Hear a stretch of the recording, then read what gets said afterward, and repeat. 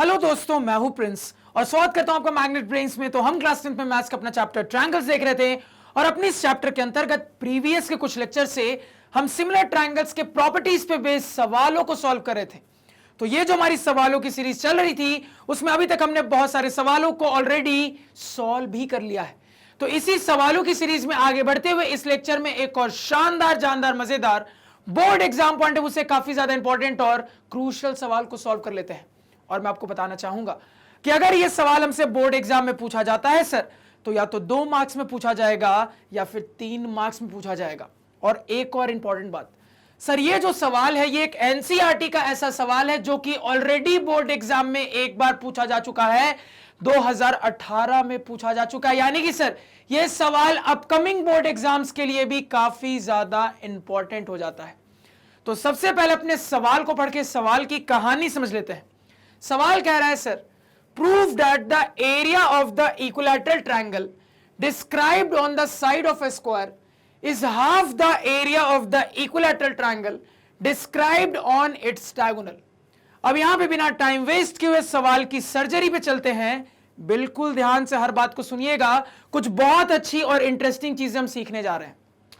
तो सवाल के एक्सप्लेनेशन पे जाने से पहले थोड़ा सा इक्विलैटरल ट्रायंगल के सिमिलैरिटी को एनालाइज करके देखते हैं। कुछ इंपॉर्टेंट चीजों को एनालाइज करेंगे, बिल्कुल ध्यान से सुनना। तो याद करिए, जब ट्रायंगल चैप्टर आपका शुरू किया था तो मोस्ट प्रोबेबली पहले या दूसरे लेक्चर में मैंने आपको एक लाइन बताई थी। क्या लाइन बताई थी? मैंने आपको बताया था all equilateral triangles are always similar. यानी कि कुल मिला के बिल्कुल शुरुआत के लेक्चर में हमने सीखा है कि तुम मेरे सामने कितने भी इक्विलैटरल ट्रायंगल लाके दे दो, मैं सीधे सीधे बिना किसी क्राइटेरिया को अप्लाई करके बोल दूंगा सारे के सारे इक्विलैटरल ट्रायंगल आपस में सिमिलर होंगे ही होंगे, गारंटेड। क्या मैंने कहा? मैंने कहा सर कि उस लाइन की एक्सप्लेनेशन कहती है कि आप मेरे सामने कितने भी इक्विलैटरल ट्रायंगल लाके रख दीजिए, कोई भी साइज के लाके रख दीजिए, फर्क नहीं पड़ता है, मैं बिना किसी क्राइटेरिया की मदद से सीधे सीधे बोल दूंगा कि मेरे सारे के सारे इक्विलैटरल ट्रायंगल्स आपस में सिमिलर होंगे। अब मैं ऐसा क्यों बोल रहा हूं, कैसे बोल रहा हूं, इसको थोड़ा सा मैथमेटिकली समझने की कोशिश करते हैं। बिल्कुल ध्यान से सुनिएगा। तो जैसे ही इक्विलैटरल ट्रायंगल की बात आती है सर, तो इक्विलैटरल ट्रायंगल की 2 मेन बातें होती हैं जो कि हमें दिमाग में रखनी होती है। तो मान लो यहां पे अपने सिमिलैरिटी के एनालिसिस के लिए 2 अलग अलग साइजेस के इक्विलैटरल ट्रायंगल को मैंने कंसीडर कर लिया, एक ये वाला सर, एक ये वाला। तो अगर मैं यहां पे इक्विलैटरल ट्रायंगल के साइड वाले प्रॉपर्टी की बात करूंगा सर, तो इक्विलैटरल ट्रायंगल की साइड वाली प्रॉपर्टी कहती है कि इक्विलैटरल ट्रायंगल के सारे साइड्स के लेंथ इक्वल होते हैं। यानी कि अगर ऐसा है सर और इस हिसाब से अपने फिगर में थोड़ा सा रिप्रेजेंटेशन कर लें तो देखो हम क्या बोल सकते हैं, ध्यान से सुनना। यानी कि सर अपने इस वाले इक्विलैटरल ट्रायंगल के लिए मैं कह दूंगा कि ये साइड ये साइड ये साइड तीनों आपस में बराबर। तो मान लो इस इक्विलैटरल ट्रायंगल के साइड लेंथ को मैं ए यूनिट्स का मान लेता हूं। तो अगर ये ए यूनिट्स है सर, तो ये वाला साइड लेंथ भी ए यूनिट्स हो जाएगा, ये वाला साइड लेंथ भी ए यूनिट्स हो जाएगा। इसी तरीके से ये भी इक्विलैटरल ट्रायंगल है सर, यानी कि यहां पे भी मैं बोल दूंगा सारे साइड्स आपस में इक्वल, यानी कि ये साइड ये साइड ये साइड तीनों आपस में बराबर। यहां पे मान लो मैं अपने इक्विलैटरल ट्रायंगल के साइड लेंथ को बी यूनिट्स का मान लेता हूं। तो ये अगर बी यूनिट्स है तो ये भी बी यूनिट्स हो जाएगा, ये भी बी यूनिट्स हो जाएगा। तो अपने इक्विलैटरल ट्रायंगल की जो साइड वाली मेन प्रॉपर्टी होती है उसको हमने डायग्राम में हाईलाइट कर लिया। अब चलते हैं एंगल वाली मेन प्रॉपर्टी पे। तो अगेन बात को ध्यान से सुनिएगा। तो हम बहुत अच्छे से जानते हैं सर कि हमारे इक्विलैटरल ट्रायंगल की एंगल वाली प्रॉपर्टी कहती है कि इक्विलैटरल ट्रायंगल के तीनों इंटीरियर एंगल्स आपस में बराबर होते हैं और उनकी वैल्यू 60 डिग्री के बराबर होती है। क्या हम ये नहीं जानते हैं? बिल्कुल जानते हैं। हम जानते हैं सर कि इक्विलैटरल ट्रायंगल के तीनों इंटीरियर एंगल्स आपस में बराबर होते हैं और हमारे एंगल्स की वैल्यू 60 डिग्री के इक्वल होती है। इस बात को भी फिगर में हाईलाइट कर लेते हैं, ध्यान दीजिएगा। सबसे पहले इस ट्रायंगल में हाईलाइट कर लेते हैं।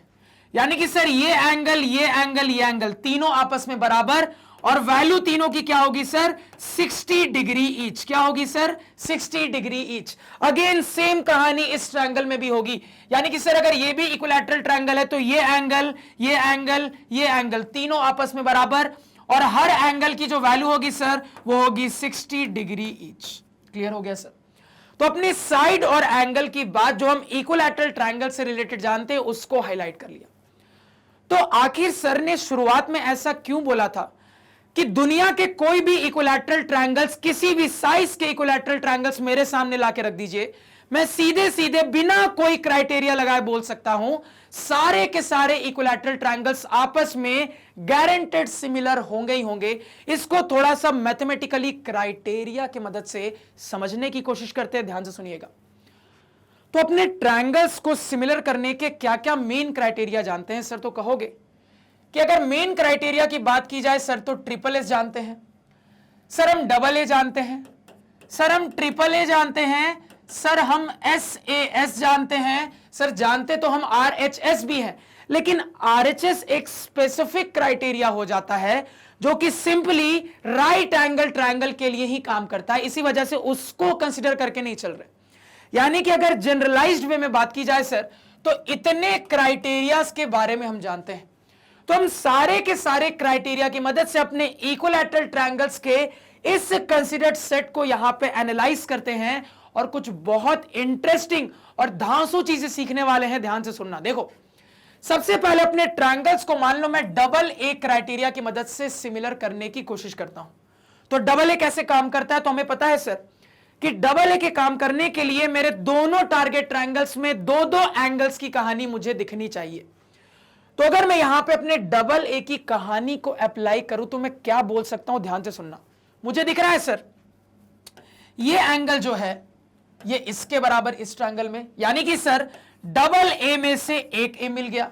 इसी तरीके से ये भी मुझे दिख रहा है सर कि इस ट्रायंगल के इस वाले एंगल के बराबर इस वाले ट्रायंगल का ये वाला एंगल होगा।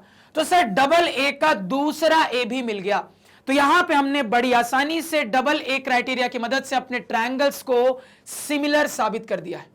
अब थोड़ा सा ट्रायंगल्स का नामकरण भी कर लेते हैं। तो मान लो रैंडमली यहां पे अपने वर्टिसेस को ए बी सी लिख लेता हूं और यहां पे वर्टिसेस को पी क्यू आर लिख लेता हूं। मुझे पता है आपके दिमाग में डाउट आ रहा है, मुझे पता है, निश्चिंत रहो, डाउट क्लियर हो जाएगा, बस ध्यान से सुनते जाओ जो बोलते जा रहा हूं। देखो, तो आप कहोगे सर कि बस सिमिलर बोल देने से नहीं होता है, सिमिलैरिटी का नोटेशन हर जगह लिखना बहुत जरूरी है। तो हमने जिस तरीके से अपने एंगल की करस्पॉन्डिंग की कहानी की मदद से अपने ट्रायंगल्स को सिमिलर साबित किया है, उस हिसाब से थोड़ा सा सिमिलैरिटी का नोटेशन देखते हैं। अब यहां पे थोड़ा फोकस रखना क्योंकि चीजें यहीं पे इंटरेस्टिंग होने वाली है, ध्यान से देखना। तो मान लो सबसे पहले अपने इस ट्रायंगल का नाम बिल्कुल रैंडमली लिख लेते हैं, ट्रायंगल ए बी सी। अब यहां पे करस्पॉन्डिंग एंगल की कहानी की मदद से दूसरे वाले ट्रायंगल का नाम लिखते हैं, ध्यान से सुनिएगा। तो इस वाले का एंगल ए पे बात हुई थी, बिल्कुल बात हुई थी सर। तो एंगल ए के करस्पॉन्डिंग यहां पे क्या है सर? तो कहोगे एंगल ए के करस्पॉन्डिंग यहां पे एंगल पी है, यानी कि यहां पे फर्स्ट पे ए के लिए यहां फर्स्ट पे पी हो जाएगा। आगे बढ़ते हैं सर। इसके बाद है एंगल बी।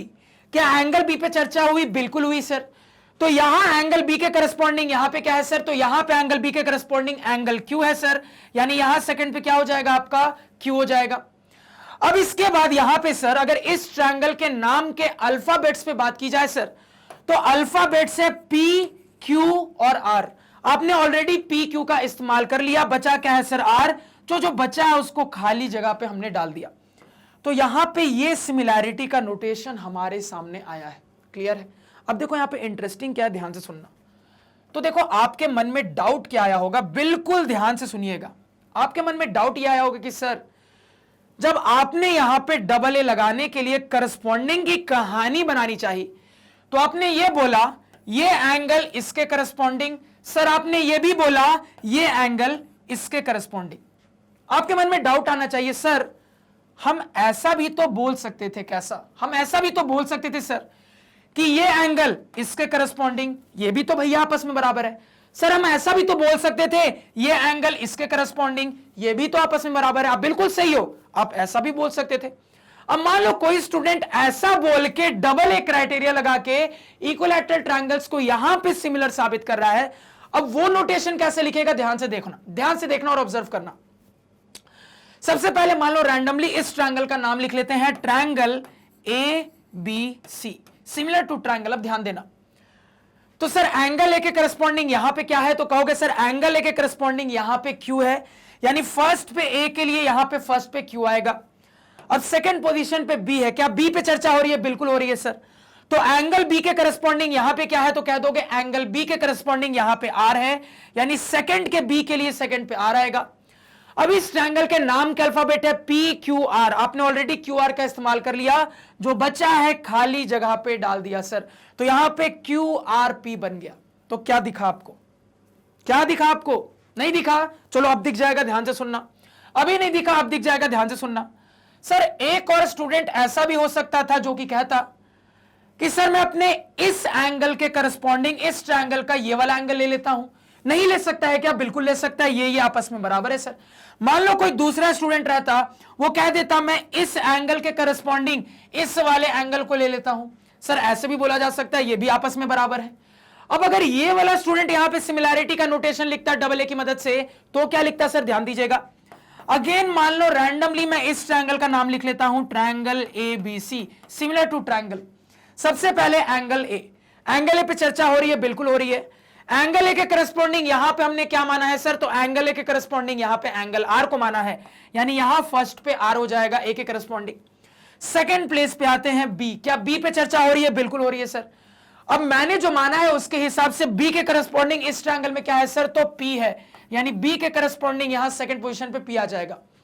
अब इस वाले ट्रायंगल के नाम के अल्फाबेट है पी क्यू आर, आपने ऑलरेडी आर पी का इस्तेमाल कर लिया, बचा क्या है सर, क्यू खाली जगह पे डाल दिया।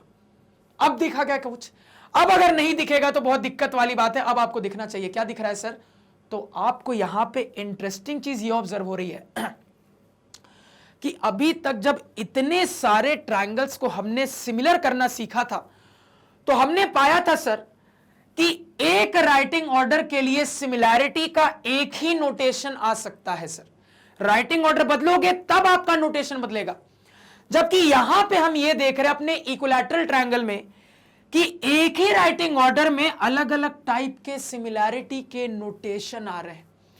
तो यहां से एक बहुत इंटरेस्टिंग बात ऑब्जर्व होती है, क्या, ध्यान से सुनना। चूंकि इक्विलैटरल ट्रायंगल एक बहुत खास ट्रायंगल है जिसके सारे के सारे इंटीरियर एंगल्स बराबर होते हैं, 60 डिग्री के इक्वल होते हैं, तो यहां पे जब मैं डबल ए क्राइटेरिया अप्लाई करता हूं तो एक बड़ी इंटरेस्टिंग कंडीशन मेरे सामने आ जाती है। कंडीशन ये होती है सर कि जब मैं यहां पे अपने ए के करस्पॉन्डिंग की कहानी बनाना चाहूंगा, तो मैं अपने एक ट्रायंगल के किसी भी एंगल के करस्पॉन्डिंग दूसरे ट्रायंगल के किसी भी एंगल को ले सकता हूं, क्योंकि अल्टीमेटली ये छयों के छयों एंगल तो आपस में बराबर हैं। अब जब सारे के सारे बराबर हैं सर, तो मैं अपने इस वाले ट्रायंगल के किसी भी एंगल को उठा के इस ट्रायंगल के किसी भी एंगल के साथ क्या करस्पॉन्डिंग नहीं बना सकता, बिल्कुल बना सकता हूं सर। मेरी मर्जी है, मैं चाहता तो ए को करस्पॉन्डिंग पी के साथ बना लूं, मैं चाहता तो ए को करस्पॉन्डिंग क्यू के साथ बना लूं, मैं चाहता तो ए को करस्पॉन्डिंग आर के साथ बना लूं, अगेन मैं चाहता तो बी को करस्पॉन्डिंग पी के साथ बना लूं, मैं चाहता तो बी को करस्पॉन्डिंग क्यू के साथ बना लूं, मैं चाहता तो बी को करस्पॉन्डिंग आर के साथ बना लूं। तो इक्विलैटरल ट्रायंगल्स के केस में आपको एक बहुत इंटरेस्टिंग चीज ऑब्जर्व होती है। आपको यह ऑब्जर्व होता है सर कि चूंकि हमारे इक्विलैटरल ट्रायंगल्स में सारे के सारे एंगल्स ही इक्वल होते हैं, तो यहां पे करस्पॉन्डिंग की कहानी ढूंढने की कोई टेंशन ही नहीं है। अब इस ट्रायंगल के किसी भी एक एंगल को इस ट्रायंगल के किसी भी एक एंगल के करस्पॉन्डिंग मानते हुए प्रोसीड कर सकते हो, क्योंकि अल्टीमेटली सारे एंगल बराबर हैं, तो आप अपने बराबर एंगल के तौर पे किसी का भी करस्पॉन्डिंग का सेट क्रिएट कर सकते हो। और इसी वजह से ऐसा होता है कि स्पेशली इक्विलैटरल ट्रायंगल के केस में एक ही नोटेशन के लिए कई तरीके से सिमिलैरिटी लिखी जा सकती है। यह दूसरे ट्रायंगल्स के सेट में नहीं दिखता सर, लेकिन इक्विलैटरल ट्रायंगल में जरूर दिख जाता है। तो यहां से एक बहुत इंपॉर्टेंट रिजल्ट मेरे पास आता है। रिजल्ट यह आता है कि इक्विलैटरल ट्रायंगल्स का सेट पूरे ट्रायंगल में इकलौता ऐसे ट्रायंगल के सेट होते हैं जहां पे सिमिलैरिटी के नोटेशन के लिए मुझे बिल्कुल भी सोचना ही नहीं है कौन किसके करस्पॉन्डिंग है। इक्विलैटरल ट्रायंगल का सेट हमें यह फ्रीडम देता है कि भैया तुमको दोनों ट्रायंगल के नाम जैसे जैसे पसंद हो वैसे लिख के नोटेशन का साइन डाल दो, कोई दिक्कत नहीं है। यानी जैसे ही मुझे दो इक्विलैटरल ट्रायंगल दिखे, मैंने आंख बंद करके बोला कि भैया मेरे ट्रायंगल होंगे सिमिलर, और आंख बंद करके नोटेशन लिख दिया जैसी मेरी मर्जी। मैंने मान लो यहां पे लिख दिया इसका नाम बिल्कुल रैंडमली आंख बंद करके triangle ABC similar to triangle. मान लो इसका नाम मुझे पसंद आ रहा है ऐसे लिखना RPQ, मैंने अपनी मर्जी से बिना कुछ देखे सीधे लिख दिया RPQ। और अगर आप रिवर्स जाके क्रॉस वेरीफाई करोगे तो आप पाओगे ये नाम सही आ रहा है। यानी हर स्टूडेंट की अपनी मर्जी रहेगी कि इक्विलैटरल ट्रायंगल्स के केस में वो सिमिलैरिटी का नोटेशन कैसे लिखना चाहता है सर। तो एक बड़ा इंपॉर्टेंट क्राइटेरिया, एक बड़ी इंपॉर्टेंट कंडीशन, बहुत अच्छी कंडीशन मुझे यहां पे पता चली कि ठीक है, हमने शुरुआत में यह तो जाना था कि इक्विलैटरल ट्रायंगल्स हमेशा सिमिलर होंगे ही होंगे। तो अभी फिलहाल जब किसी एक क्राइटेरिया से ही एनालाइज किया तो मुझे पता लग रहा है सर कि करस्पॉन्डिंग की कहानी कई तरीके से बनाना पॉसिबल होता है। इसी वजह से यहां पे हमारे नोटेशन का कोई रेस्ट्रिक्शन नहीं है। मुझे दोनों ट्रायंगल का नाम जैसे मर्जी पसंद आ रहा है वैसे मर्जी लिख के नोटेशन का साइन डाल दूंगा और वो नोटेशन सही होगा ही होगा, क्योंकि यहां पे नोटेशन की कोई रेस्ट्रिक्शन ही नहीं बन सकती। सर क्यों नहीं बन सकती? अभी अभी हमने रीजन ऑब्जर्व किया। इस बहुत तीखे और इंपॉर्टेंट पॉइंट को कॉपी पे नोट डाउन करिए और दिमाग में भी नोट डाउन कर लीजिए। फटाफट स्टार्ट करिए कॉपी पे लिखना। क्लियर हो गया सर? तो याद रखना, पूरे बड़े से ट्रायंगल्स के यूनिवर्स में हमारे इक्विलैटरल ट्रायंगल्स ही ऐसे ट्रायंगल्स हैं जहां पे ट्रायंगल्स को सिमिलर बोल देने के बाद हमें नोटेशन के लिए कोई करस्पॉन्डिंग की कहानी चेक ही नहीं करनी है। जिसको जैसे मर्जी होगा वैसे नोटेशन लिख देगा और वो नोटेशन सही भी होगा सर, क्योंकि यहां पे अनगिनत तरीके से नोटेशन लिखा जा सकता है सर। कई तरीके से नोटेशन यहां पे लिखा जा सकता है सर। ये पॉइंट सभी को क्लियर हुआ? ये कहानी सभी को क्लियर हुई? क्या? बिल्कुल होनी चाहिए। अब जब आपको डबल ए क्लियर हो गया तो तीन एंगल से यहां ट्रिपल ए भी क्लियर हो रहा होगा। आपको समझ में आ रहा होगा सर कि अगर ट्रिपल ए से यहां पे अपने ट्रायंगल्स के सिमिलैरिटी पे बात की जाए सर, तो एक स्टूडेंट हो सकता है जो कि बोल दे इस एंगल के करस्पॉन्डिंग मैं इसको मान लेता हूं, इस एंगल के करस्पॉन्डिंग मैं इसको मान लेता हूं, इस एंगल के करस्पॉन्डिंग मैं इसको मान लेता हूं। वो इस तरीके से मानते हुए अपना नोटेशन लिखेगा। अगेन एक और स्टूडेंट हो सकता है जो कि कहानी कुछ ऐसी बनाएगा। वो इस एंगल के करस्पॉन्डिंग इसको मान लेगा, इस एंगल के करस्पॉन्डिंग मान लो इसको मान लेगा, इस एंगल के करस्पॉन्डिंग इसको मान लेगा और इस हिसाब से नोटेशन बना लेगा। एक और स्टूडेंट हो सकता है वो क्या करेगा, वो सर इस एंगल के करस्पॉन्डिंग इसको मान लेगा, इस एंगल के करस्पॉन्डिंग इसको मान लेगा, इस एंगल के करस्पॉन्डिंग इसको मान लेगा, वैसे अपना नोटेशन बना देगा। अगेन क्या ऑब्जर्व हुआ?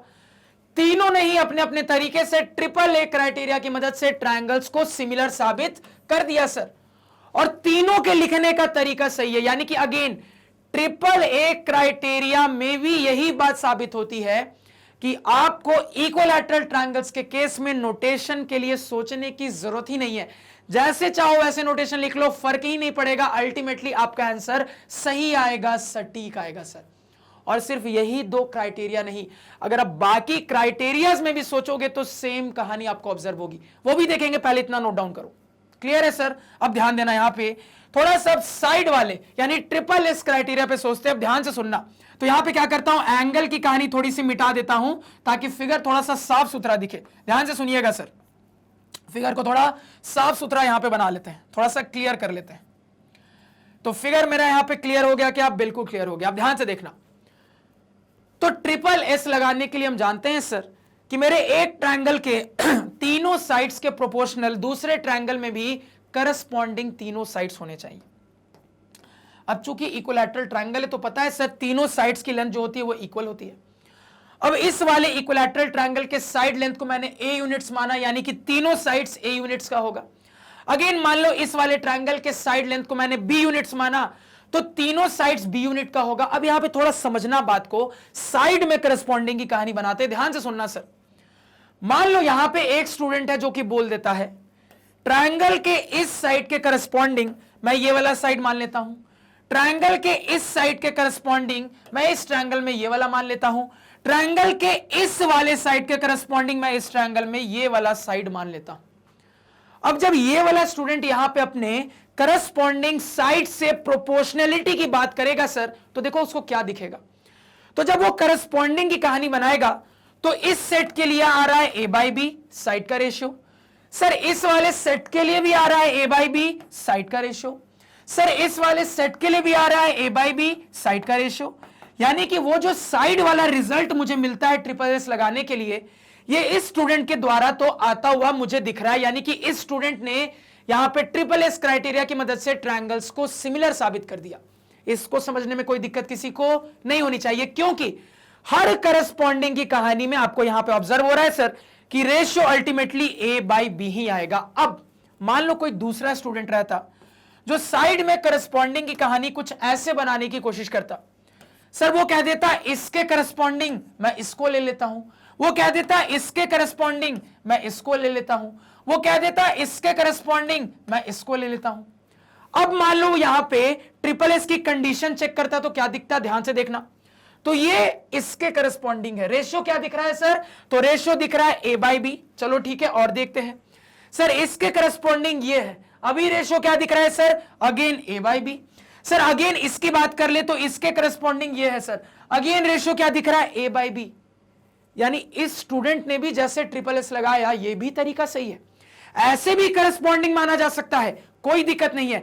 यानी ये जब अपना नोटेशन लिखेगा तो अलग आएगा, इसके पहले वाला स्टूडेंट जब अपना सिमिलैरिटी का नोटेशन लिखेगा तो अलग आएगा, कोई और स्टूडेंट रहता वो कोई और कॉम्बिनेशन बनाता। तो अल्टीमेटली ट्रिपल एस क्राइटेरिया में भी आपको ऑब्जर्व हो रहा है कि चूंकि भैया एक इक्विलैटरल ट्रायंगल के तीनों साइड आपस में बराबर, तो आप यहां के किसी भी साइड को यहां के किसी भी साइड के साथ करस्पॉन्डिंग बना सकते हो, कोई दिक्कत नहीं है, क्योंकि अल्टीमेटली हर केस में आपको ऑब्जर्व हो रहा है सर कि आपका रेशियो बिल्कुल सेम आने वाला है। यानी कि यहां पे भी आपको इस क्राइटेरिया को अप्लाई करने के कई तरीके और हर तरीके में अलग अलग नोटेशन, यानी अल्टीमेटली इस क्राइटेरिया से भी अभी अभी हमने साबित कर दिया सर कि यहां पे भी नोटेशन लिखने का कोई रेस्ट्रिक्शन नहीं है।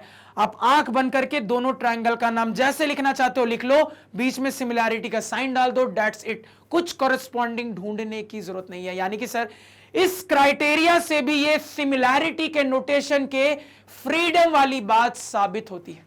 और यही नहीं, आप चाहो तो इस चीज को सास बहु क्राइटेरिया में भी चेक कर सकते हो। इसको चेक करते हैं सर, थोड़ा सा ध्यान से सुनिएगा, यहां पे थोड़ा सा सास बहु क्राइटेरिया की बात कर लेते हैं, ध्यान से सुनना। मान लो सास बहु लगाने के लिए मैं अपने एंगल के तौर पे इस एंगल का इस्तेमाल कर लेता हूं, ठीक है सर, और यहां पे मान लो इस एंगल का इस्तेमाल, तो 60 डिग्री 60 डिग्री, ठीक है सर, इसको समझने में कोई दिक्कत किसी को नहीं होनी चाहिए। तो एंगल मिल गया। अब ये एंगल सास बहु क्राइटेरिया के लिए बनेगा इंक्लूडेड, यानी कि इस साइड इस साइड इस साइड इस साइड पे बात होनी चाहिए। जब आप रेशियो बनाओगे तो कैसे कैसे बना सकते हो, ध्यान देना। मान लो एक स्टूडेंट है जो कि साइड में इसके करस्पॉन्डिंग इसको बोल रहा है, इसके करस्पॉन्डिंग इसको बोल रहा है, बोल सकता है, कोई दिक्कत नहीं है।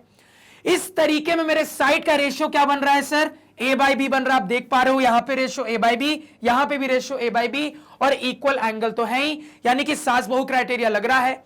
इस तरीके में सिमिलैरिटी का एक नोटेशन आएगा। मान लो कोई दूसरा स्टूडेंट रहता, वो कहता नहीं भैया मुझे ये एंगल पसंद नहीं है, मैं इसको नहीं लूंगा, मैं यहां पे अपने इंक्लूडेड एंगल के तौर पे इसको लेता हूं।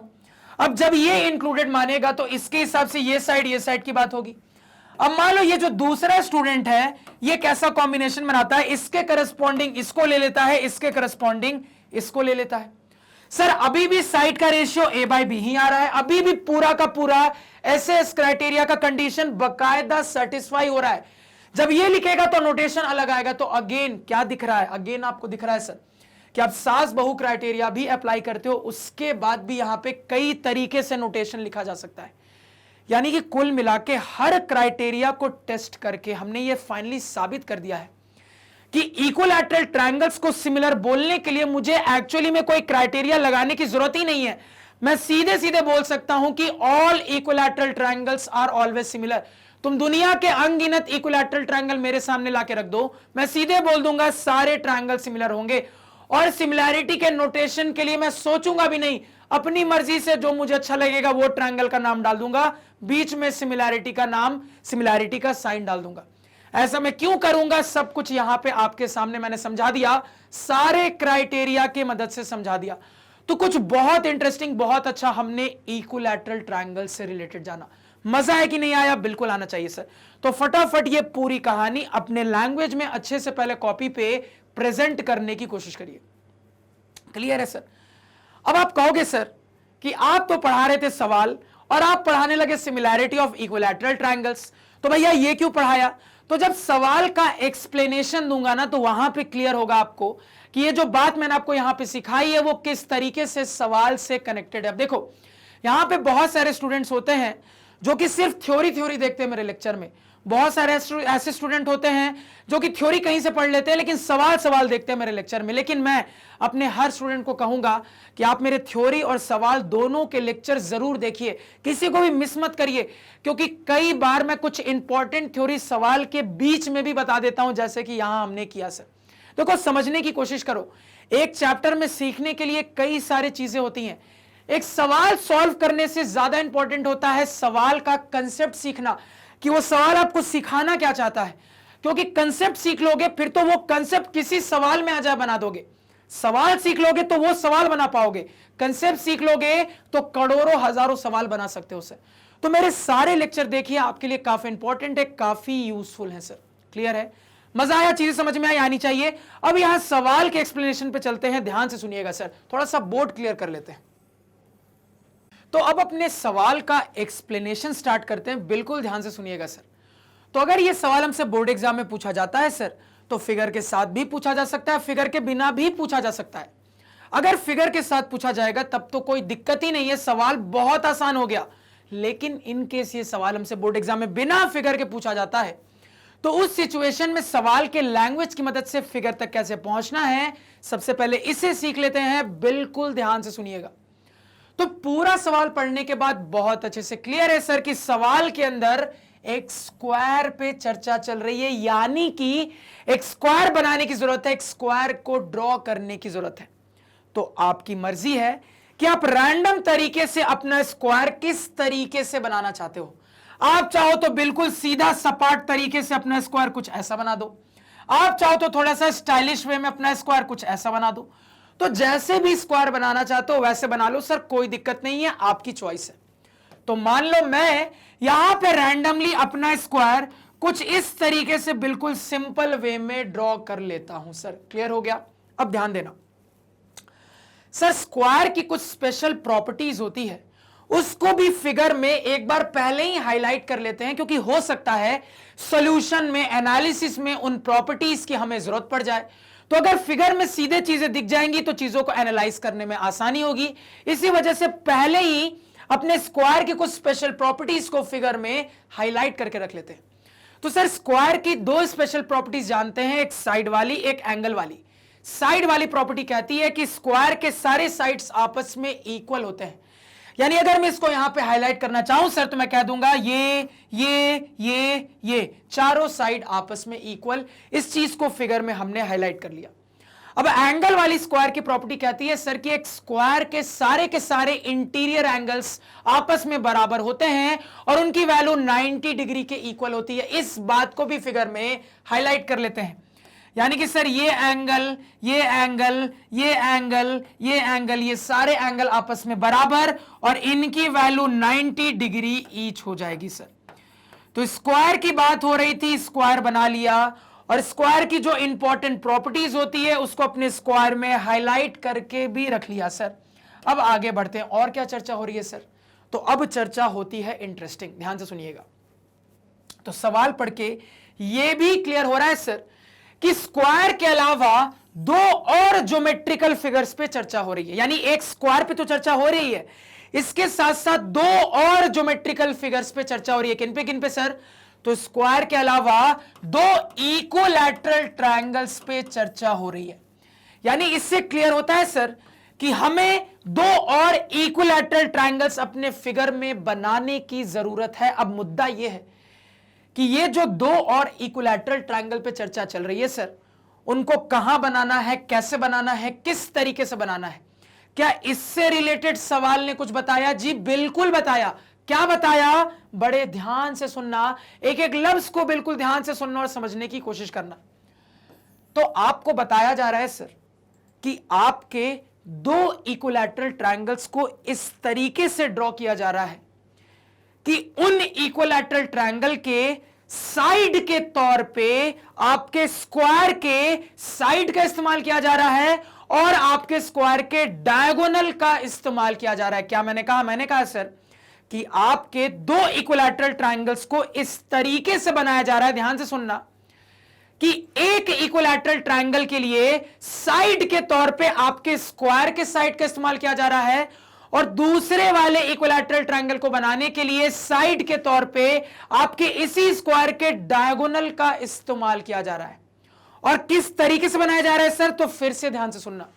तो कहा जा रहा है सर कि दो इक्विलैटरल ट्रायंगल में से एक इक्विलैटरल ट्रायंगल आपके स्क्वायर के साइड के ऊपर बनाया जा रहा है और इस तरीके से बनाया जा रहा है कि आपके इक्विलैटरल ट्रायंगल की जो साइड लेंथ होगी वो साइड लेंथ आपके स्क्वायर के साइड लेंथ के बराबर होगी।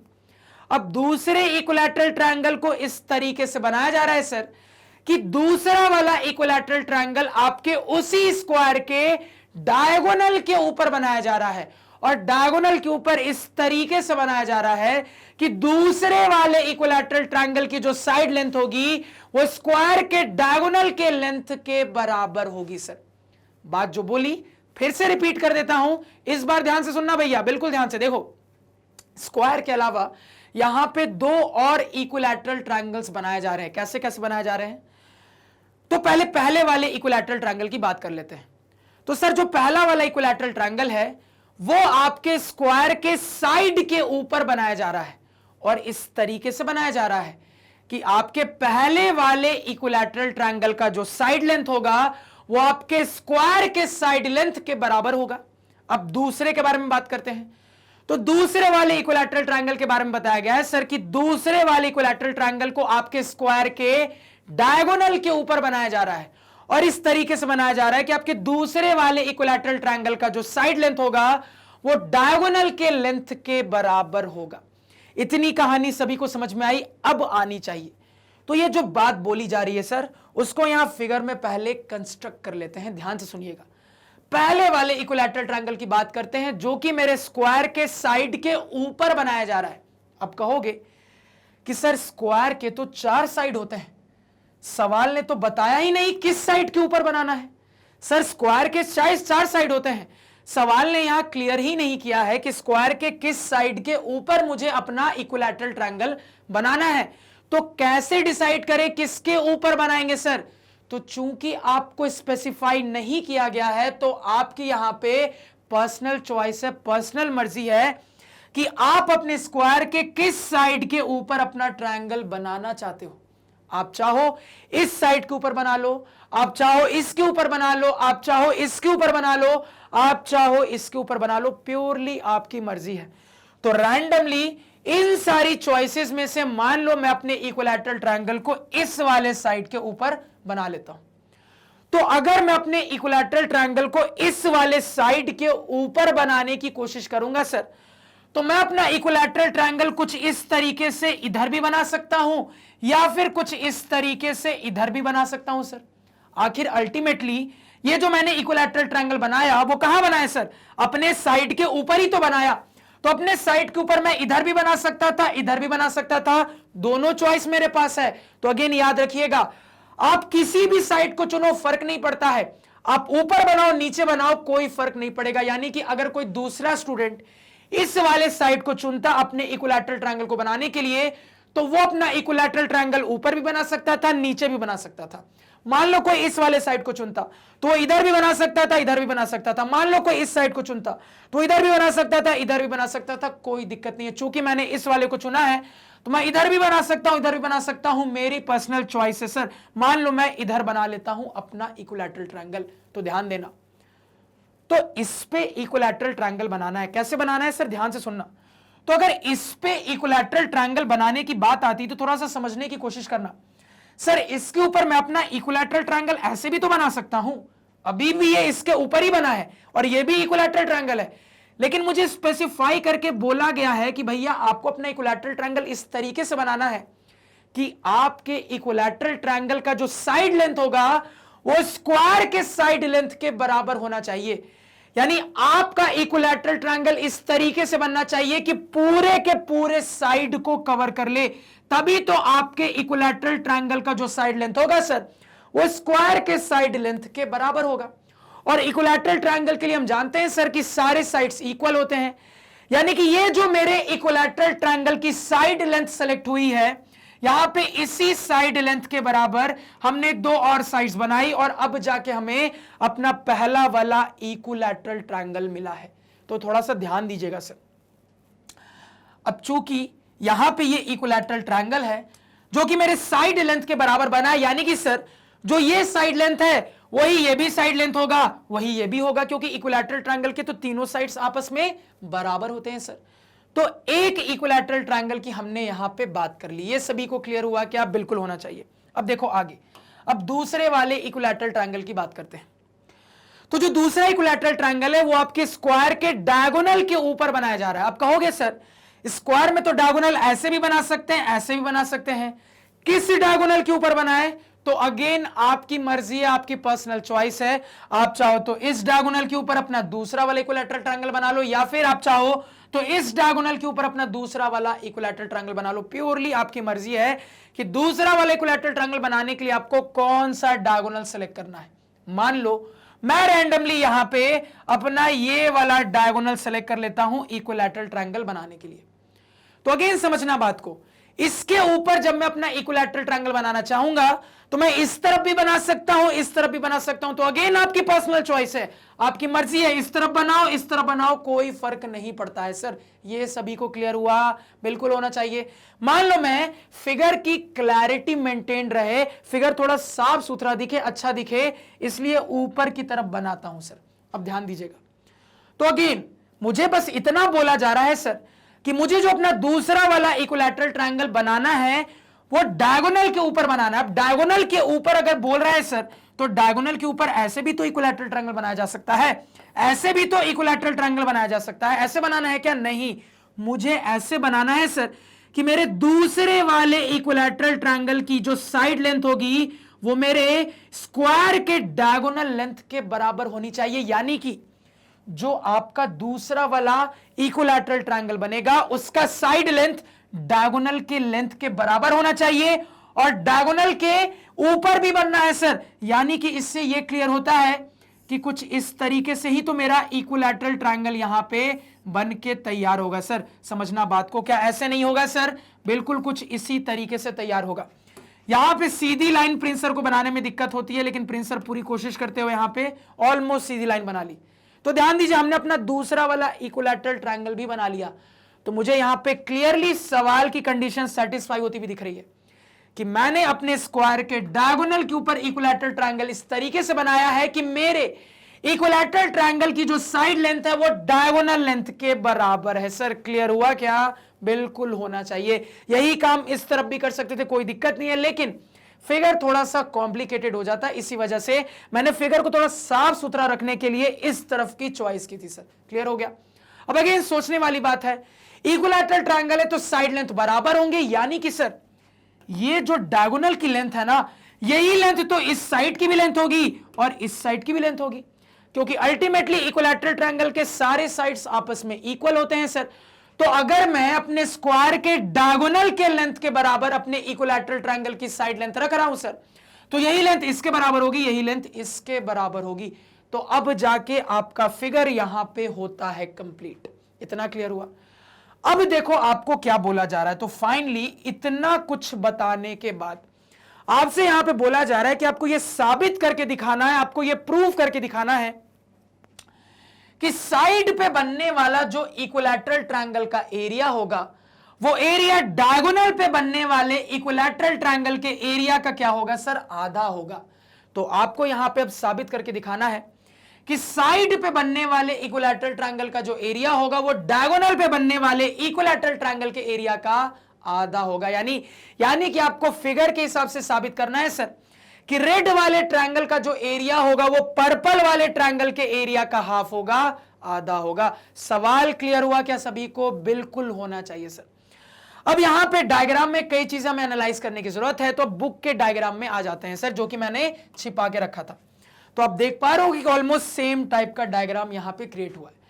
तो इस डायग्राम को देख के ऐसा सोचने की जरूरत नहीं है कि अगर आप किसी दूसरे तरीके से बनाते हो तो वो गलत हो जाएगा। देखो, अगर सवाल ने डायग्राम नहीं दिया है तो आपकी पर्सनल चॉइस है। मैंने आपको अभी अभी दिखाया कई तरीके से दूसरे स्टूडेंट डायग्राम बना सकते थे और वो सारे तरीके सही माने जाएंगे। उन सारे तरीकों में से एक तरीका इसका भी होगा सर। ये सभी को क्लियर हुआ? तो अब अपनी एनालिसिस यहां ले चलते हैं सर। बिल्कुल ध्यान से चीजों को सुनने और समझने की कोशिश करिएगा। तो जो बेसिक बातें ऑब्जर्व की थी उसको थोड़ा सा फिगर में यहां पे भी हाईलाइट कर लेते हैं सर। तो स्क्वायर है यानी कि सारे साइड्स आपस में इक्वल होंगे, इसको हाईलाइट कर लिया। अब अगेन सर इस लेंथ के बराबर इक्विलैटरल ट्रायंगल बना है, यानी कि यही लेंथ इसके भी बराबर होगी, इसके भी बराबर होगी। अब अगेन यहां पे दिख रहा है सर कि दूसरे वाले इक्विलैटरल ट्रायंगल का जो साइड लेंथ है वो डायगोनल लेंथ के बराबर है, यानी कि जो ये लेंथ होगी वही ये लेंथ होगी, वही ये भी लेंथ होगी सर। इतना समझने में किसी को कोई दिक्कत, कोई दुविधा, कोई परेशानी नहीं होनी चाहिए। अगेन स्क्वायर है सर, तो ये 90 डिग्री, ये 90 डिग्री, ये 90 डिग्री, ये 90 डिग्री, इसको भी यहां पे शो कर दिया सर। क्लियर हो गई कहानी? अब देखो यहां पे, अब बारी आती है सर फिगर के नामकरण की। तो अगेन नामकरण में आप इंडिपेंडेंट हो, आपको जैसे फिगर का नाम रखना है रख सकते हो, कोई दिक्कत नहीं है। इसने क्या किया है सर? तो इसने यहां पे इस तरीके से नामकरण किया है कि स्क्वायर का नाम ABCD रख दिया, इस ट्रायंगल का ये वाला वर्टेक्स E बोल दिया, इसको F बोल दिया। आप चाहते किसी दूसरे तरीके से नामकरण कर सकते थे, कोई दिक्कत नहीं है, क्योंकि सवाल के परिवार वालों ने सवाल का नाम नहीं रखा। अब सवाल का नाम नहीं रखा है, तुम उसको चुन्नू बोलो, मुन्नू बोलो, रामू बोलो, शामू बोलो, कोई फर्क पड़ता है? नहीं फर्क पड़ता है सर। जिस नाम से बुलाओगे वो आ जाएगा आपके पास। क्लियर हो गया सर? तो यहां पे अपने फिगर का नामकरण भी कर लिया। इसलिए मैं आपको कह रहा था फिगर पहले से बना बनाया दे दिया तब तो सवाल बहुत आसान हो जाता है, लेकिन इन केस यहां पे फिगर बना के नहीं देता है, तो उस सिचुएशन में फिगर तक कैसे पहुंचना है सर, यहां पे कहानी थोड़ी सी इंटरेस्टिंग हो जाती है। क्लियर है? तो यहां पे देखो दिगराज सर आ गए कैमरामैन के पास, तो अब दिगराज सर से थोड़ा मिल लेते हैं, आते हैं। और दिगराज सर बताइए क्या हाल है? तो दिगराज सर से मुलाकात होती है खत्म, तो काफी दिनों बाद मिले थे, इसलिए बीच में सर आ गए तो मैं चला गया। तो वापस अब लेक्चर में लौटते हैं, तो बड़े ध्यान से मेरी हर बात को सुनिएगा। तो अभी जब मैं आपको फिगर एक्सप्लेन कर रहा था, तो एक्सप्लेन करने के दौरान इक्विलैटरल ट्रायंगल कैसे बनने हैं, कहां बनने हैं, किस तरीके से बनने हैं, पूरी कहानी मैंने आपको समझाई। क्या समझाया कहानी में एक बार और रिपीट कर रहा हूं, बड़े ध्यान से सुनना, क्योंकि कुछ इंटरेस्टिंग यहां पे आपको ऑब्जर्व होना चाहिए। तो इक्विलैटरल ट्रायंगल की कहानी में मैंने आपको बताया सर कि दो इक्विलैटरल ट्रायंगल्स बनाने हैं। कैसे कैसे बनाने हैं? तो एक इक्विलैटरल ट्रायंगल आपको अपने स्क्वायर के साइड के ऊपर बनाना है, और इस तरीके से बनाना है कि आपके इक्विलैटरल ट्रायंगल की जो साइड लेंथ होगी वो स्क्वायर के साइड लेंथ के बराबर होगी।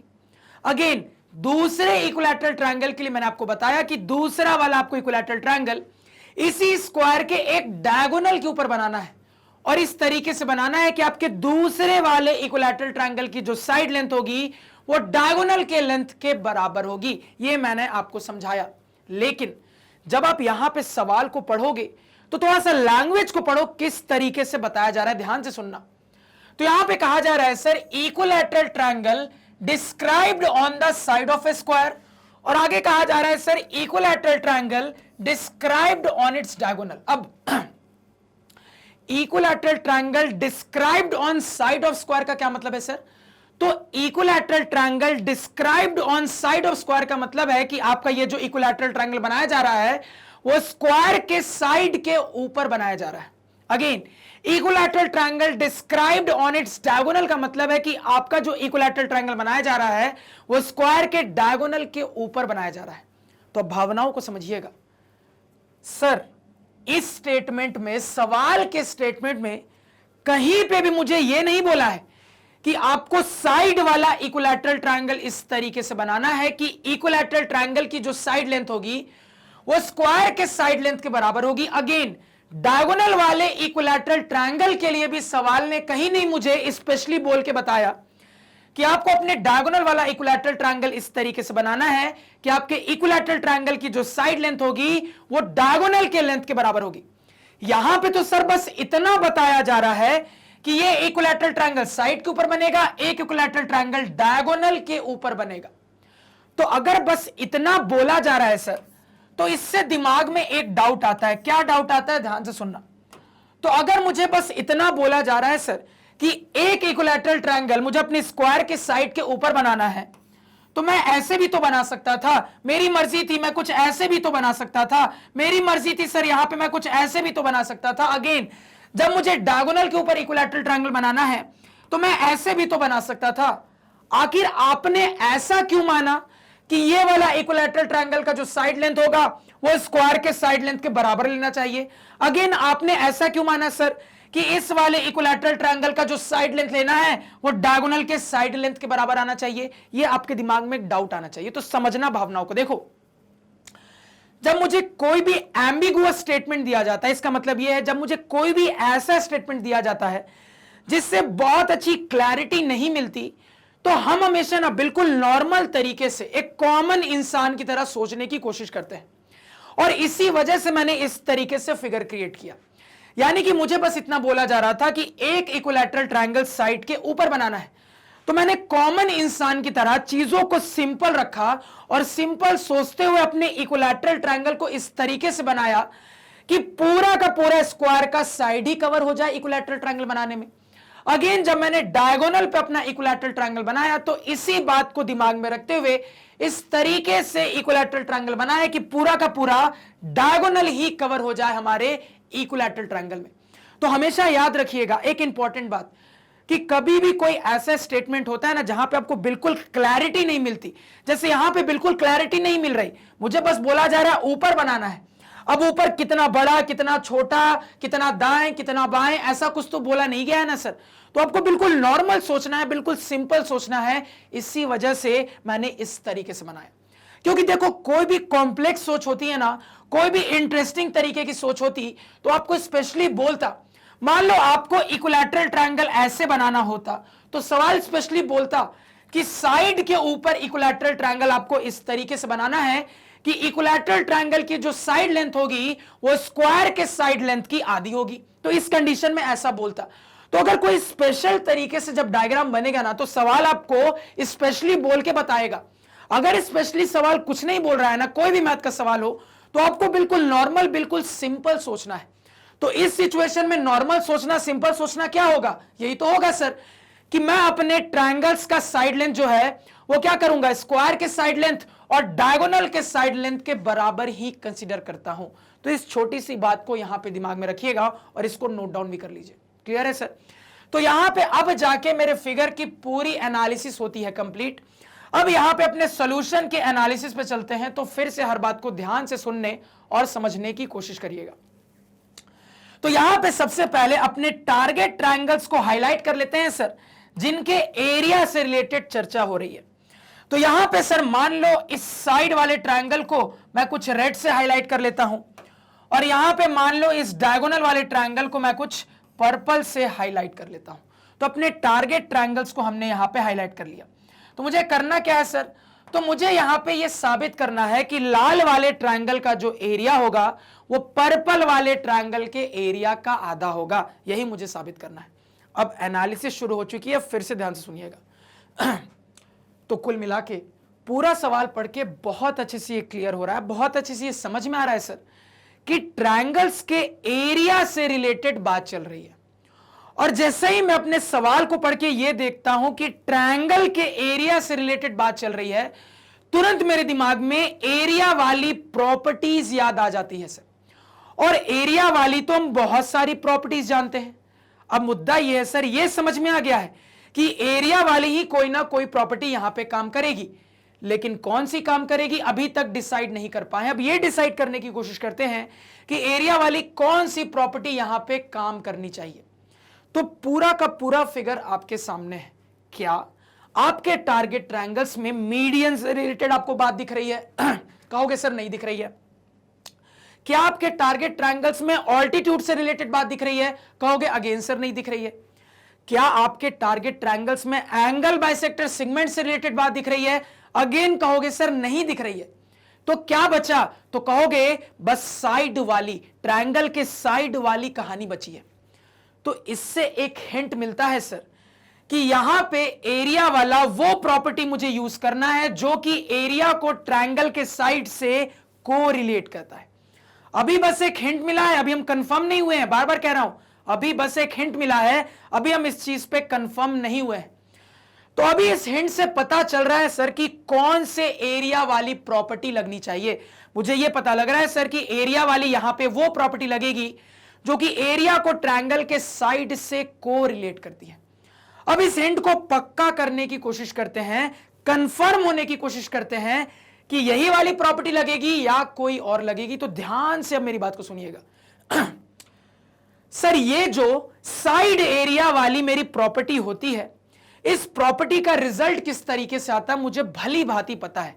कहोगे सर रिजल्ट कुछ इस तरीके से आता है कि ट्रायंगल्स के एरियाज के रेशो पे बात होती है, यानी कि कुछ इस तरीके से, मान लो एक ट्रायंगल को मैं ट्रायंगल 1 कह देता हूं, दूसरे ट्रायंगल को ट्रायंगल 2 कह देता हूं, तो area of triangle 1 divided by area of triangle 2, कुछ इस तरीके से कहानी होगी। बराबर राइट साइड में क्या आएगा सर? तो राइट साइड में करस्पॉन्डिंग साइड्स के रेशियो के स्क्वायर की कहानी आती है। यानी कुल मिला के सर इस तरीके से फॉर्मेट आता है, एक साइड और मेरे साइड्स का स्क्वायर, और ये जो साइड का कॉम्बिनेशन होता है ये करस्पॉन्डिंग साइड का कॉम्बिनेशन होता है।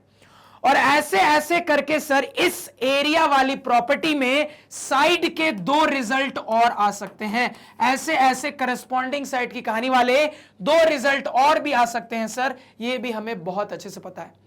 अब मैं ये क्यों बता रहा हूं सर, इसको समझा रहा हूं, ध्यान से सुनना। तो हमें हिंट मिल रहा था कि यही वाली प्रॉपर्टी लगेगी और इस वाली प्रॉपर्टी का इस टाइप का रिजल्ट होगा। अब ध्यान से सुनना, आपको अल्टीमेटली क्या करना है? तो आपको अल्टीमेटली अपने टारगेट ट्रायंगल्स के एरियाज को कंपेयर ही तो करना है। आपको करना क्या है? आपको साबित करना है कि लाल वाले ट्रायंगल का जो एरिया होगा वो पर्पल वाले ट्रायंगल के एरिया का आधा होगा। यानी कुल मिला के आपको अपने दोनों टारगेट ट्रायंगल्स के एरिया को आपस में कंपेयर करना है, और कंपैरिजन रेशियो बिल्कुल करता है सर, कोई दिक्कत नहीं है। अब ध्यान देना बात को। तो यहां पे जो आपको अपने एरिया का कंपैरिजन करना है सर, तो आपको बहुत अच्छे से समझ में आ रहा है कि कंपैरिजन के दौरान ये जो मेरे पास साइड वाले तीन रिजल्ट्स हैं सर, इन्हीं तीन रेशियो में से, इन्हीं तीन रिजल्ट में से मेरे पास कोई एक करस्पॉन्डिंग साइड्स का सेट आएगा, और उन करस्पॉन्डिंग साइड्स के सेट में मेरे पास कोई रिलेशन होना चाहिए। समझिएगा, तो अगर ये प्रॉपर्टी लग रही है तो समझ में आ रहा है सर कि राइट साइड में इन तीन साइड वाले रिजल्ट में से कोई एक रिजल्ट का मैं इस्तेमाल करूंगा, और वो रिजल्ट इस तरीके से मैं इस्तेमाल करूंगा कि मेरे पास जो साइड का रेशियो है, या तो सीधे सीधे मुझे उसकी वैल्यू पता चल जाए, या फिर मुझे उन करस्पॉन्डिंग साइड के बीच में कोई रिलेशन पता रहे, ताकि मैं उस रिलेशन की मदद से अपने साइड का रेशियो निकाल पाऊं। तो यहां पे एक बड़ी तगड़ी बात कर रहा हूं, इसको थोड़ा समझना मैं क्या बोलना चाह रहा हूं। सर हमें एक हिंट मिला कि एरिया साइड को कोरिलेट करने वाला प्रॉपर्टी यहां लगेगा, और मुझे एक्चुअली में लाल वाले ट्रायंगल के एरिया को पर्पल वाले ट्रायंगल के एरिया का आधा प्रूव करना है। यानी रिजल्ट कुछ इस तरीके से फ्रेम होगा सर, ट्रायंगल्स के एरिया के रेशो की बात होगी, और राइट साइड में करस्पॉन्डिंग साइड्स की कहानी दिखेगी, तीन तीन कहानी दिखेगी।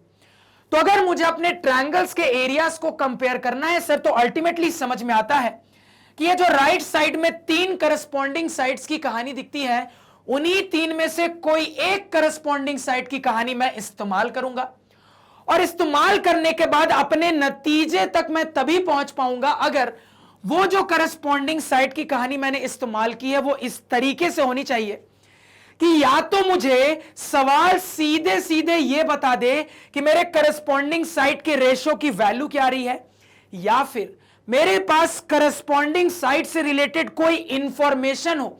क्योंकि अगर मेरे पास करस्पॉन्डिंग साइड से रिलेटेड कोई ऐसी इंफॉर्मेशन होगी जहां पे मेरे करस्पॉन्डिंग साइड्स आपस में कोरिलेटेड होंगे, तो वहां से हम अपने करस्पॉन्डिंग साइड का रेशियो निकाल सकते हैं और उसके बाद फाइनल रिजल्ट पे पहुंच सकते हैं। ये क्लियर हुआ?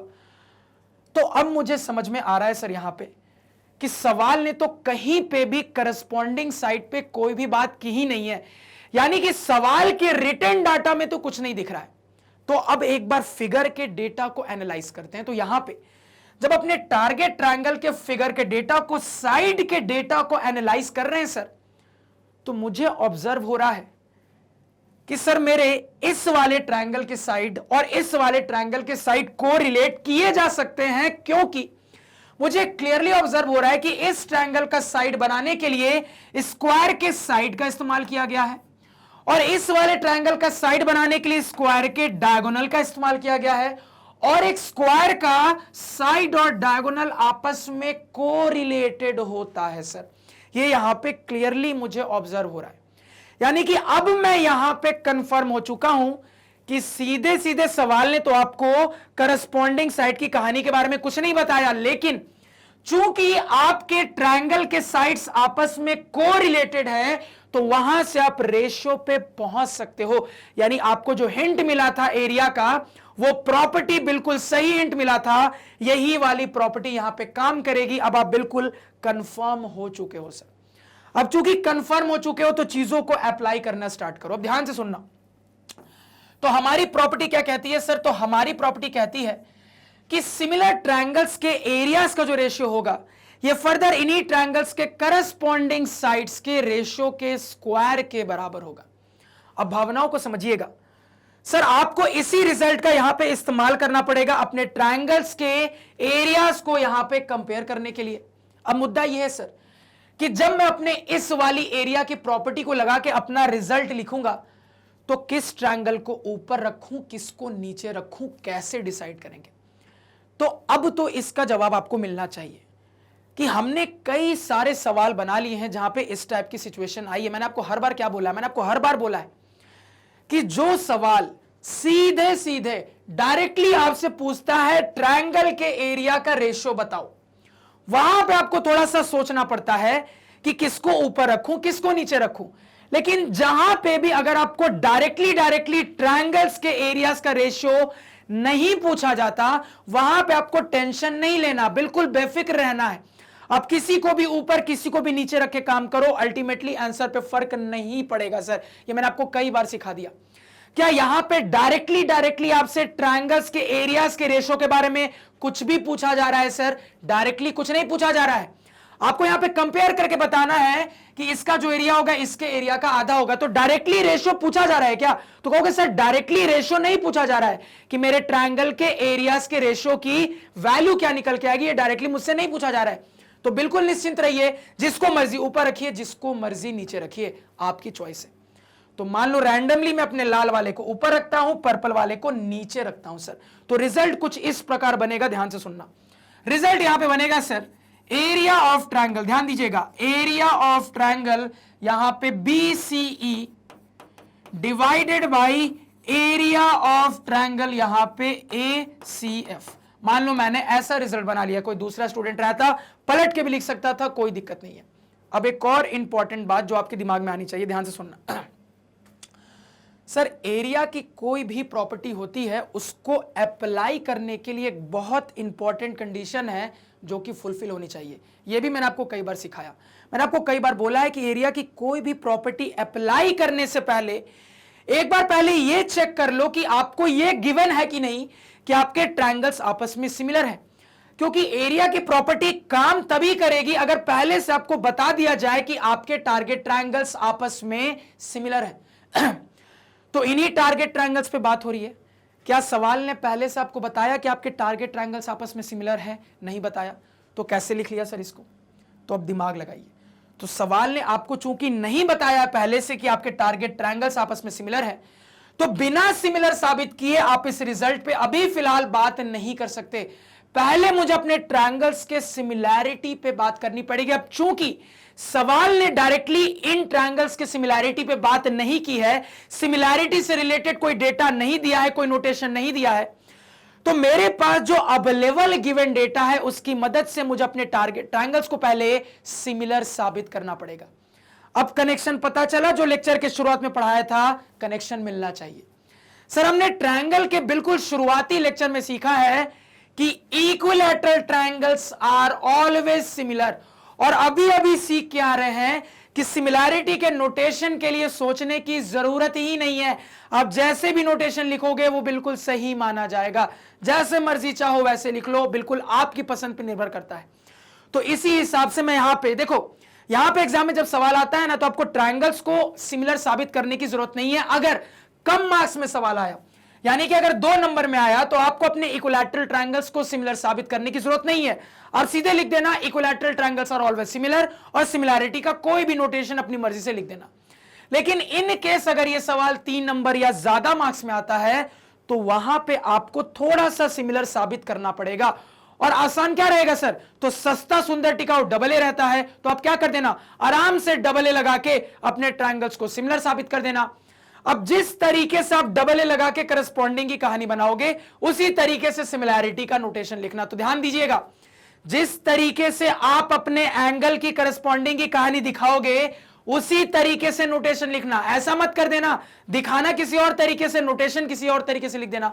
तो यह ब्लंडर मत कर देना, ठीक है? ये आपको पता है कि नोटेशन कैसे भी लिखेंगे सही होगा, लेकिन जैसे आप सिमिलर दिखा रहे हो नोटेशन वैसे ही लिखना, इस बात का थोड़ा ध्यान रखना। इतना क्लियर है सर? तो सिमिलर साबित करना मैं आपको लेक्चर के शुरुआत में दिखा चुका हूं, उसके डिटेल में जाने की कोई जरूरत नहीं है सर। यहां पे सीधे सीधे मुझे पता है कि मेरे ट्रायंगल्स आपस में सिमिलर होंगे, तो अपनी मर्जी का कोई भी सिमिलैरिटी का नोटेशन लिख लेते हैं। तो मान लो इस ट्रायंगल का नाम रैंडमली मैं लिख लेता हूं, ट्रायंगल यहां पे BCE, और यहां पे रैंडमली इस ट्रायंगल का मान लो मैंने नाम लिख लिया ट्रायंगल ACF। क्लियर है सर? और चूंकि इस तरीके से नाम लिखा है, इसी वजह से अपने एरिया वाले रिजल्ट में भी इसी तरीके से ट्रायंगल का मैंने नाम लिख दिया। क्लियर है सर? यानी अब प्रॉपर्टी लगा सकते हैं सर। तो प्रॉपर्टी कहती है कि सिमिलर ट्रायंगल्स के एरियाज का जो रेशियो होगा, ये फर्दर इन्हीं ट्रायंगल्स के करस्पॉन्डिंग साइड्स के रेशियो के स्क्वायर के बराबर होगा। अब ध्यान से भावनाओं को समझिएगा, यहां पे थोड़ा सा साइड पे बात करते हैं, ध्यान से देखिएगा। देखो सर, अगर मैं अपने स्क्वायर के साइड लेंथ को a मान लेता हूं, तो ये a है तो ये भी a हो जाएगा, ये भी a हो जाएगा। ठीक है सर? आगे बढ़ते हैं। अगर हम अपने स्क्वायर के साइड लेंथ को a माना है, तो इस हिसाब से चूंकि हमें पता है सर कि स्क्वायर का साइड और डायगोनल को रिलेट किया जा सकता है, तो यहां से मैं तुरंत पाइथागोरस से ये बोल सकता हूं कि मेरा जो डायगोनल होगा सर, वो √2a यूनिट्स का होगा। इसको समझने में कोई दिक्कत किसी को नहीं होनी चाहिए। यानी कि अगर ये √2a है, इस हिसाब से ये भी √2a हो जाएगा और ये भी √2a हो जाएगा। इसको समझने में कोई दिक्कत किसी को नहीं होनी चाहिए। तो ये आपको लिख के दिखाना पड़ेगा, कॉपी पे वहां पे लिखना पड़ेगा कि let the side length of square be a units, therefore diagonal will be √2a units. Sir clear हो गया? और उस हिसाब से ट्रायंगल के सारे साइड्स को आप डिफाइन कर देना कि आपका आप लिख देना BC बराबर BE बराबर C बराबर A यूनिट्स, ऑल्सो CF बराबर AC बराबर AF बराबर √2a यूनिट्स। उसके बाद आपको ये लिखना पड़ेगा पूरा। ठीक है? अब ध्यान से समझना बात को। अब मुद्दा ये, यहां पे अपने करस्पॉन्डिंग साइड की कहानी पे बात करनी है। तो पहले अपने इस नोटेशन के हिसाब से जो हमने माना है करस्पॉन्डिंग साइड की कहानी एक बार देख लेते हैं। तो इस नोटेशन से दिख रहा है सर कि BC और AC आपस में करस्पॉन्डिंग जाएंगे। इसके अलावा CE, इसके अलावा सर यहां पे CE और CF आपस में करस्पॉन्डिंग जाएंगे। इसके अलावा BE और आपका AF आपस में करस्पॉन्डिंग जाएंगे। अब जब आपको सारे साइड लेंथ के बारे में पता ही है, तो तीनों में से किसी करस्पॉन्डिंग को इस्तेमाल कर लो। कोई फर्क पड़ेगा? कोई फर्क नहीं पड़ेगा सर, आपकी मर्जी है। इसको इस्तेमाल करो, इसको इस्तेमाल करो, इसको इस्तेमाल करो, आगे जो आपकी मर्जी इस्तेमाल कर लो। मान लो रैंडमली मैं इस बीच वाले को इस्तेमाल कर लेता हूं सर। तो अगर मैं CE CF का सेट इस्तेमाल कर रहा हूं, तो ऊपर किसको रखना है, नीचे किसको रखना है, कैसे डिसाइड करेंगे सर? तो रिजल्ट को देखिए, मैंने अपने रिजल्ट को इस तरीके से डिफाइन किया, यानी कि इस तरीके के डेफिनेशन में मुझे दिख रहा है सर कि मुझे ऊपर C को रखना पड़ेगा, नीचे किसको रखेंगे, CF को रखेंगे। यानी आगे लिख देंगे CE डिवाइडेड बाई CF का होल स्क्वायर। कहानी समझ में आई? बिल्कुल बिना डाउट के समझ में आनी चाहिए। बस अब वैल्यू पुटिंग कर दीजिए, यही बचा है सर। तो यहां पे अब हम लिख देंगे area of triangle BCE divided by नीचे हो जाएगा एरिया ऑफ ट्रायंगल ACF बराबर यहां पे राइट साइड में CE मुझे अपने फिगर में दिख रहा है, क्या दिख रहा है सर? A यूनिट्स का है।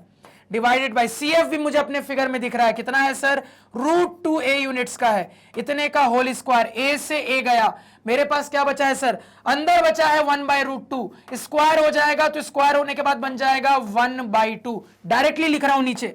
यहां पे sir area of triangle BCE divided by area of triangle ACF बराबर 1/2। अब क्या करना है आपको समझ में आ रहा होगा, क्या करना है सर, तो दिमाग लगाओ।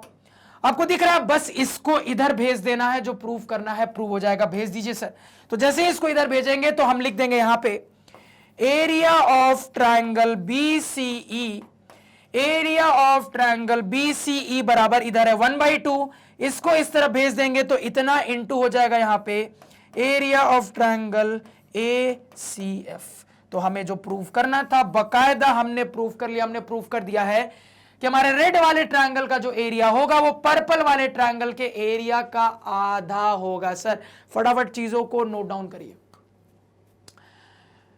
तो कुछ इंटरेस्टिंग दिखा क्या आपको, लास्ट लेक्चर से कुछ मिलता जुलता दिखा, क्या दिखना चाहिए, क्या दिखना चाहिए कहोगे सर? कुल मिला के समझ में आ रहा है कि लास्ट लेक्चर जैसा ही सवाल है, मतलब सवाल को पूछने का तरीका थोड़ा अलग है, बाकी कहानी वही है। लास्ट लेक्चर में सीधे सीधे सवाल के गिवन डेटा में बोल दिया था कि ट्रायंगल का सेट सिमिलर है, अब बनाइए। यहां पे थोड़ा सा इंटरेस्टिंग तरीके से बात किया, इक्विलैटरल ट्रायंगल को इंट्रोड्यूस करके बात किया, अल्टीमेटली कहानी वही है। तो आपको एक इंपॉर्टेंट चीज रियलाइज हुई कि ये जो सवाल है ना, इसको पूछने का तरीका बहुत सारा हो सकता है। लास्ट लेक्चर में ऑलरेडी मैंने आपको पूछने के 2 तरीके दिखाए थे, एक और पूछने का तरीका ये रहा, और उन सारे तरीकों में ये अब मैं कहूंगा सबसे ज्यादा बेस्ट तरीका होगा सर। मतलब ये पूछने का सबसे सही तरीका, सबसे अच्छा तरीका, सबसे एक तरीके से टफ तरीका, सोचने वाला तरीका। क्लियर हुआ सर? मजा है कि नहीं? सवाल में बिल्कुल आना चाहिए। अब सर इसी सवाल को सॉल्व करने का एक और मेथड हो सकता था। क्या हो सकता था? कोई दिमाग लगा सकता है क्या? देखो क्या मेथड हो सकता था, बड़ा सिंपल सटीक बहुत आसान सा मेथड। ध्यान से सुनना, क्या मेथड होता? मेथड नंबर 2 पे भी बात कर लेते हैं। तो अल्टीमेटली मुझे पता है सर कि मुझे अपने ट्रायंगल्स के एरियाज को यहां पे कंपेयर करने की जरूरत है। मुझे यही तो साबित करना है ना कि लाल वाले ट्रायंगल के एरिया पर्पल वाले ट्रायंगल के एरिया का आधा होगा। अब देखो मैं क्या दूसरा दिमाग लगाता हूं, ध्यान से सुनना। तो अगेन मुझे पता है सर कि मैं जो करने वाला हूं उसके लिए मुझे अपने ट्रायंगल्स के एरियाज का रेशियो चाहिए। आपकी मर्जी है, रैंडमली उसको ऊपर रखिए या उसको ऊपर रखिए, कैसे भी रेशियो बनाइए। मान लो रैंडमली मैं लाल वाले ट्रायंगल को ऊपर रखता हूं, तो area of triangle BCE divided by area of triangle ACF। ठीक है सर? अब देखो क्या दिमाग लगाता हूं, ध्यान से थोड़ा सुनना। सर हम डायरेक्टली इक्विलैटरल ट्रायंगल का एरिया निकालने का फॉर्मूला जानते हैं। क्या फॉर्मूला जानते हैं? फॉर्मूला होता है √3/4 a स्क्वायर, यानी कुल मिला के √3/4 साइड स्क्वायर। क्या हम ये फॉर्मूला नहीं जानते सर? बिल्कुल ये फॉर्मूला जानते हैं। थोड़ा ये फॉर्मूला लगाइए, यहां से भी सवाल बन जाएगा। अगर ये फॉर्मूला लगाते हैं सर तो फिगर में मैंने जो साइड लेंथ कंसीडर किया है उसके हिसाब से ध्यान दीजिएगा। सबसे पहले ट्रायंगल BCE लाल वाले ट्रायंगल के एरिया पे बात करते हैं, तो √3/4 इंटू साइड स्क्वायर। अब लाल वाले ट्रायंगल के लिए साइड लेंथ आपने माना है a, यानी साइड की जगह पे a चला जाएगा, यानी कि इंटू a स्क्वायर हो जाएगा सर यहां पे। इसको समझने में कोई दिक्कत किसी को नहीं होनी चाहिए। डिवाइडेड बाई, अब आ जाते हैं पर्पल वाले ट्रायंगल पे। अगेन इस फॉर्मूले में भी √3/4 इंटू साइड स्क्वायर। अब पर्पल वाले में साइड के तौर पे √2a का इस्तेमाल हुआ है, यानी कि यहां पे √2a का स्क्वायर हो जाएगा। अब √2a का स्क्वायर क्या हो जाएगा? तो √2 का स्क्वायर सर 2 हो गया, और a का स्क्वायर यहां पे a स्क्वायर, सीधे सिंप्लीफाई करके लिख दिया। अब देखो यहां पे, तो यहां पे √3/4 से √3/4 कटा सर, a स्क्वायर से a स्क्वायर कटा, अल्टीमेटली यहां से भी 1/2 आ रहा है। इसको उधर भेज दोगे, सेम चीज प्रूव हो गई, एक लाइन में प्रूव हो गई। तो समझना बात को सर, यही सवाल जब 2 नंबर में आता है ना तो आप ऐसे भी बना सकते हो। 3 नंबर में इस अप्रोच को यूज करने में मैं मना करूंगा, क्योंकि काफी छोटा अप्रोच है, सब कुछ सही है, लेकिन चूंकि स्टेप्स कम है तो हो सकता है एग्जामिनर नंबर काट ले सर। तो 3 नंबर या ज्यादा में आता है तो मेथड नंबर 1 ही यूज करिएगा। अगर 1 नंबर या 2 नंबर में आ जाता है तब ये वाला अप्रोच लगा सकते हो, कोई दिक्कत नहीं है सर। ये बहुत सिंपल सटीक अप्रोच है। तो जैसा कि मैं हमेशा कहता हूं कि एक सवाल को बनाने के कई तरीके होते हैं, बस सोचना आपको आना चाहिए। तो इसी नोट के साथ इस शानदार सेशन को करते हैं एंड। तो मैं उम्मीद करूंगा कि इस लेक्चर में जो भी पढ़ा है वो आपको क्लियर है, कहीं कोई डाउट नहीं है। अगर कहीं पे भी डाउट होता है तो लेक्चर को उस पॉइंट पे दोबारा से देखिए, आपका डाउट अपने आप क्लियर हो जाएगा। अगर उसके बाद भी डाउट क्लियर नहीं होता तो जरूर से मुझे कमेंट सेक्शन में बताइए। तो आज के पढ़ाए हुए नोट्स आप हमारे ऑफिशियल वेबसाइट magnetbrains.com से डाउनलोड कर सकते हैं, जिसका लिंक वीडियो के डिस्क्रिप्शन में है। magnetbrains.com पे आपको क्लास 4 से लेकर 12 तक सारे सब्जेक्ट्स और कोर्सेज मिल जाते हैं, वो भी सिस्टमैटिक ऑर्डर में अरेंज। और सबसे इंपॉर्टेंट बात, मैग्नेट ब्रेन्स दूसरे चैनल जैसा नहीं है जो कि शुरुआत का हल्का फुल्का कंटेंट फ्री में देकर ललचाता है और बाकी के कंटेंट के लिए पैसे मांगता है। यहां पे पूरा का पूरा क्वालिटी कंटेंट क्वालिटी टीचर्स के द्वारा पहले भी फ्री था, अभी भी फ्री है और आगे भी फ्री रहेगा। बस अपना प्यार हम पे इस तरीके से बनाए रखिए। इसी नोट के साथ लेक्चर को एंड करते हैं सर।